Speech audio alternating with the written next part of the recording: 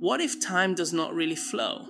What if space is not a vast, empty stage on which the events of the universe unfold?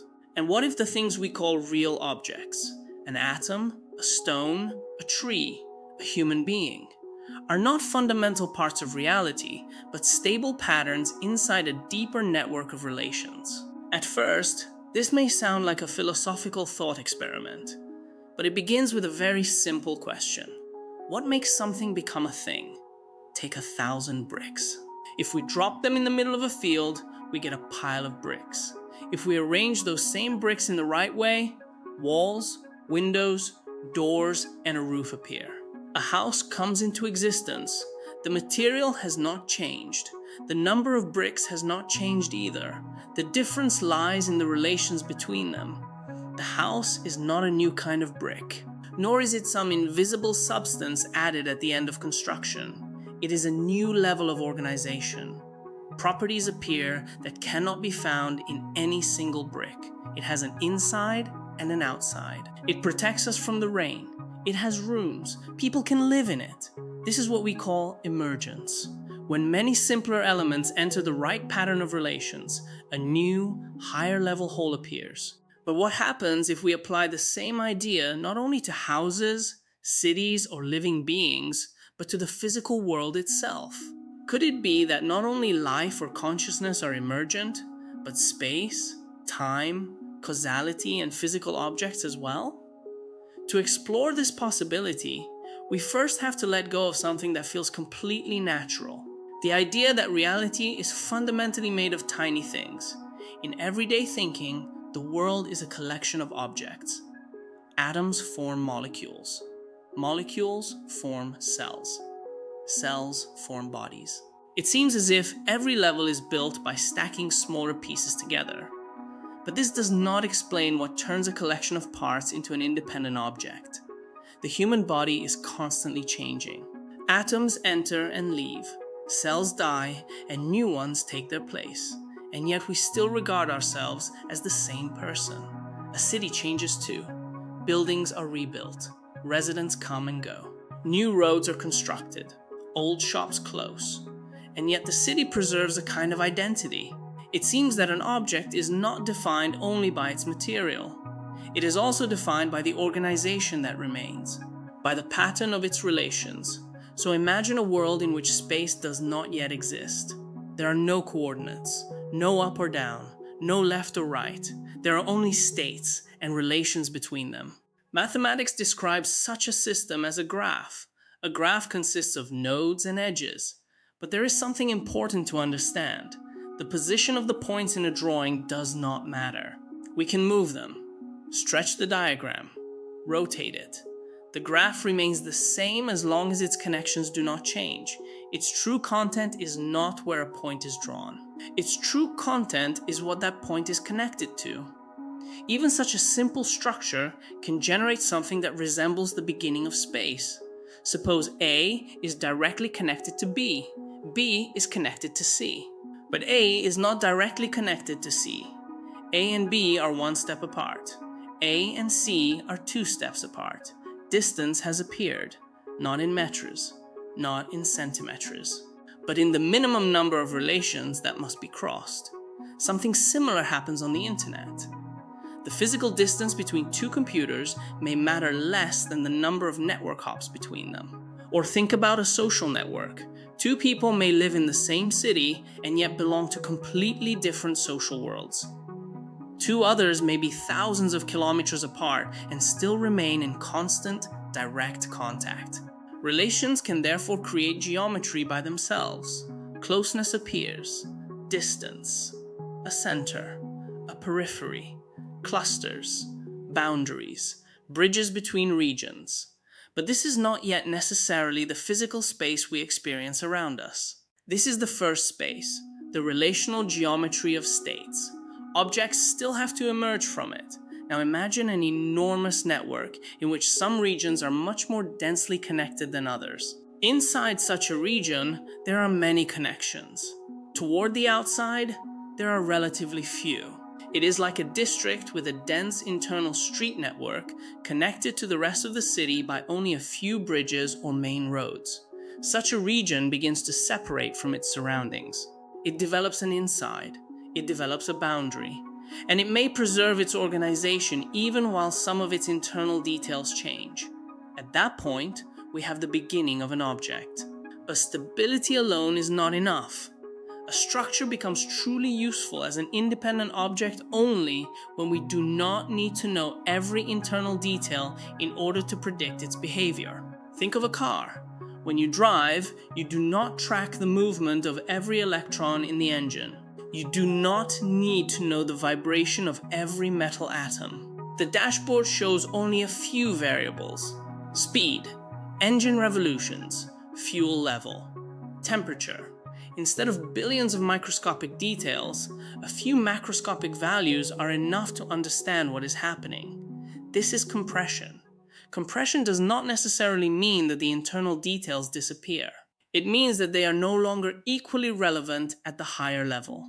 Many different internal states can produce the same external behavior. The molecules in a cup of water can be arranged in an unimaginably large number of ways. Yet we may describe the whole cup by saying that the water is 20 degrees Celsius. A single number summarizes an enormous amount of microscopic information. Higher levels of nature constantly make use of this kind of summary. When a stable structure can be described by only a few variables, the next level of organization no longer needs to treat it as a vast internal network. It can treat the whole structure as a single node. For a molecule, an atom is an element. For a cell, a molecule is a functional unit. For an organ, a cell is a component. For a city, a person or an institution may appear as a node in a larger network. The lower level has not disappeared. It has been compressed. Whole regions of the previous network become new nodes. And these new nodes form new connections. A higher level graph appears. This is where space is born for a second time. The first space was the relational geometry of the underlying states. The second space is the network of interactions between stable objects. Two objects are close when a direct and stable interaction channel connects them. They are distant when many intermediate objects are required for one to influence the other. Physical space may therefore not be identical to the underlying graph. The underlying graph may be high-dimensional, complicated, and almost impossible to imagine directly. The physical space we experience may be a highly compressed, stable image of that deeper structure, like a metro map. A metro map does not show every curve of every street. It only shows which stations are connected. It leaves out enormous amounts of detail, yet it preserves exactly what matters for traveling. But why is physical space three-dimensional? Why is the world not a single line? Why is it not a two-dimensional surface? And why do we not live in 4, 5, or 11 spatial dimensions? There is currently no single, unconditional answer. But the relational approach suggests an interesting selection mechanism. In one dimension, everything is forced onto a line. Objects cannot move around one another. If something blocks the path, the entire region behind it can become disconnected. Complex networks are extremely difficult to build on a single line. Two dimensions allow a much richer world. But in a dense two-dimensional network, connections eventually cross.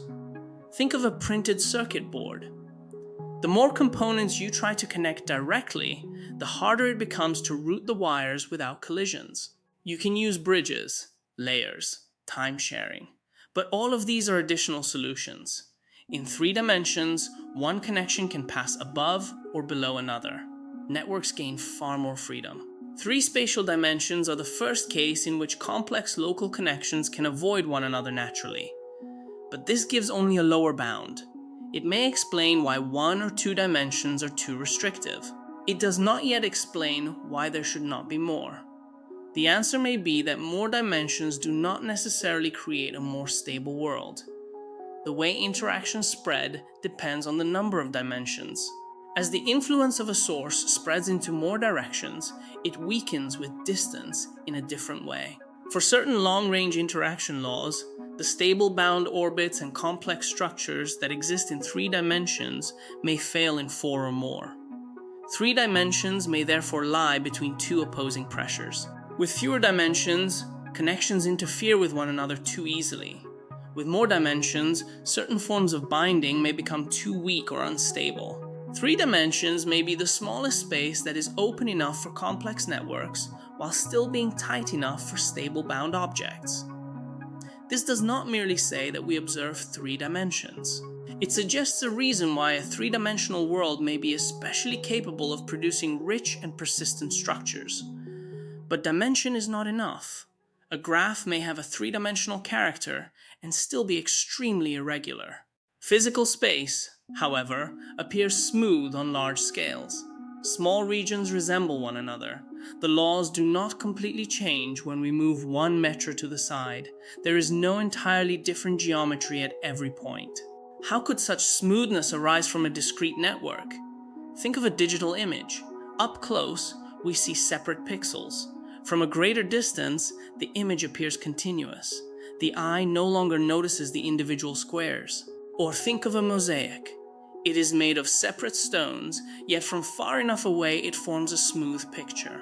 A graph can also approximate continuous space if its large-scale organization is sufficiently regular. Neighborhoods must remain stable. The number of nodes inside a region of increasing radius must grow in an ordered way. Different directions must behave similarly at large scales. Local irregularities must average out. This can be called geometric homogenization. At the microscopic level, the network remains granular.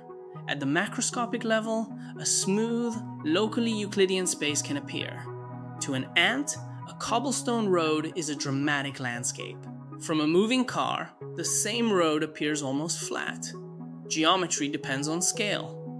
Now we can ask the most difficult question. How does time emerge?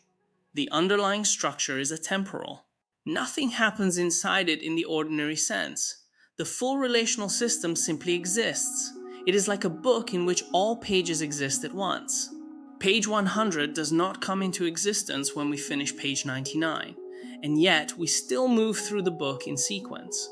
But the emergence of time does not require us to say that an observer arbitrarily chooses a path. The relational geometry itself can contain direction. Geometry depends on scale. This illustrates how geometry depends on the scale of the observer. From a moving car, the same road appears almost flat. Now we can ask the most difficult question. How does time emerge? The underlying structure is atemporal. Along certain chains of relations, this distance changes in an exact and consistent way. These tight paths create a structural direction. Not because one state has already happened and another has not yet happened, but because there is an objective and asymmetric order of reachability between them. Structural time appears. This is not yet the motion of a clock hand. It is not aging. It is not memory. It is an ordering. It tells us which states can function as structural continuations of other states. Structural time may exist without an observer. Experienced time is different. For that, a system must store memory. It must distinguish previous states from its current one. It must predict. It must anticipate. It may even place itself inside its own history. That is no longer only the theory of emergence. It belongs to a later theory of the observer. It is therefore important to distinguish 3 different arrows of time. The first is the structural arrow, the direction of relational order. The second is the thermodynamic arrow, the direction of irreversibility, entropy, and dissipation. The third is the experienced arrow, the fact that we remember the past but not the future. These 3 arrows may be connected in the physical world, but they are not identical. Structural time emerges from relational geometry. Thermodynamic time requires physical dynamics. Experienced time requires memory, information processing, and perhaps a self-model. The complete picture, therefore, consists of 3 theories built on top of one another. The first is the atemporal generative state space. It provides the foundation, the infinite, timeless structure of possibilities. The states, the relations, the generative rules. The second is the theory of emergence. It asks how distance, structural time, stable objects, Compression, effective causality, and physical space can arise from that foundation. The third will be the theory of the observer. It asks when an emergent object becomes a system that senses, acts, remembers, models, and perhaps experiences. The world may therefore not be built from things. Perhaps, at the deepest level, there are only relations. Relations create geometry. Geometry allows stable patterns to form. Stable patterns can be compressed. Compressed patterns become new nodes. New nodes form new worlds. Inside those worlds, locality appears. Physical space, effective causality, and structural time. Things may not simply exist inside the world. Perhaps the world continuously creates what we call things. At the deepest level of reality, there may be no particles, no space, no time. Only a structure capable of summarizing itself again and again.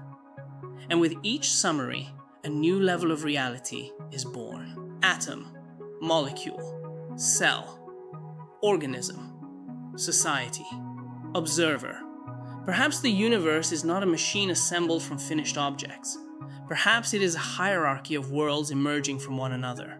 And what we call reality may be only one layer inside that vast atemporal structure.